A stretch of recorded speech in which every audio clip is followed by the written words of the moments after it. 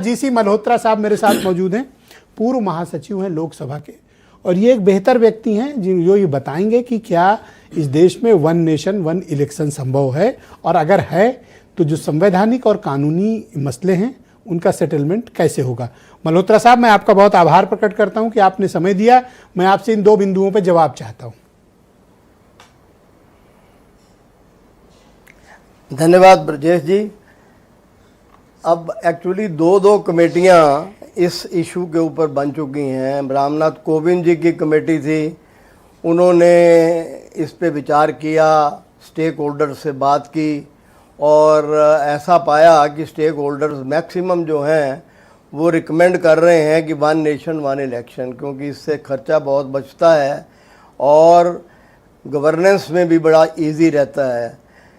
अब ये जो पीपी चौधरी की जो कमेटी है, जॉइंट पार्लियामेंट्री कमेटी, वो उस bill pay 129th amendment bill को ऊपर बनाई गई थी लोकसभा में, और उसने भी यही रिकमेंड किया है कि मैक्सिमम स्टेक होल्डर्स जो हैं वो रिकमेंड कर रहे हैं कि वन नेशन वन इलेक्शन होना चाहिए। अब इसमें वो कहते हैं कि जीडीपी का भी 1.6% ग्रोथ हो जाएगी और 7 लाख करोड़ रुपए का जो खर्चा होता है ये तकरीबन बच जाएगा। अब ये दो कमेटियों की रिकमेंडेशन है, पर अब इसमें कुछ इश्यूज ऐसे हैं, कॉन्स्टिट्यूशनल अमेंडमेंट्स चाहिए। अब जो कॉन्स्टिट्यूशन अमेंडमेंट्स चाहिए, जैसे कि अभी समाजवादी पार्टी और कांग्रेस के प्रवक्ता कह रहे थे कि इसमें फेडरलिज्म के ऊपर दिक्कत आएगी। जो छोटी पार्टियां हैं उनके पास खर्चा करने के लिए कम होता है, बड़ी पार्टियों के पास ज़्यादा खर्चा करने के लिए होता है, तो उनको एडवांटेज रहता है। सेंट्रल इश्यूज़ इसमें आएंगे और जो स्टेट इश्यूज़ और लोकल इश्यूज़ हैं वो उनके ऊपर इतनी मैक्सिमम तवज्जो नहीं दी जाएगी।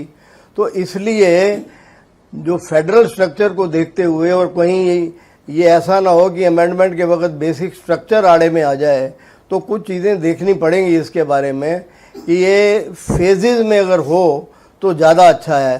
पहले कुछ स्टेट्स का हो जाए, अब उसके अलावा जैसे आर्टिकल 356 अगर लागू हो जाता है तो उस केस में क्या होगा, हंग पार्लियामेंट आ जाती है तो उस केस में क्या होगा।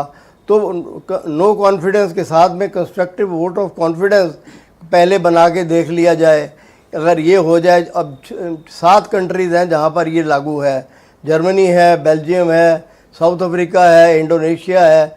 इस तरह ये कंट्रीज़ के ऊपर ऑलरेडी ये चल रहा है। हमारा कंट्री में जो इलेक्टोरेट है बहुत बड़ा है, तो इसमें जो ईवीएम्स भी आएंगी, पीपी सेट्स भी जो आएंगे, उनकी भी एक लाइफ है 15 साल की जैसे, तो 3 ही इलेक्शन हो पाएंगे और इसमें खर्चा इलेक्शन कमीशन का बहुत ज़्यादा। मैं कुछ सुझाव आपको दूं सर, एक ही सुझाव देता हूं। एक सुझाव आपके समक्ष, काल्पनिक सुझाव है लेकिन प्रस्तुत है, ये विशुद्ध काल्पनिक है सुझाव, लेकिन आपके समक्ष में प्रस्तुत कर रहा हूं। मैं ये कह रहा हूं कि पहले फेज में आप करिए, एक फेज में मैं आपकी बात से सहमत। मैं एक काल्पनिक बात ये कहता हूं कि जिन सरकारों का कार्यकाल 6 महीने पहले समाप्त हो रहा हो और जिनका 6 महीने बाद, उनको इस दायरे में ले लिया जाए। 6 महीने से ऊपर वालों को छोड़ सेकंड फेज में डाला जाए। क्या ऐसा करना कानूनी संवैधानिक रूप से ठीक होगा? क्योंकि चुनाव आयोग को तो 6 महीने पहले चुनाव कराने का अधिकार होता है। नहीं, ये आपकी बात सही है। ये कॉन्स्टिट्यूशनली जो अमेंडमेंट किए जाएंगे आर्टिकल्स को, अब अगर जो रिकमेंडेशन पीपी चौधरी की कमेटी ने दी है, अगर उसके हिसाब से देखें तो 13 जो असेंबलीज हैं उनका कार्यकाल पहले से ही ख़त्म कर दिया जाएगा, 10 असेंबलियों को डिज़ोल्व कर दिया जाएगा।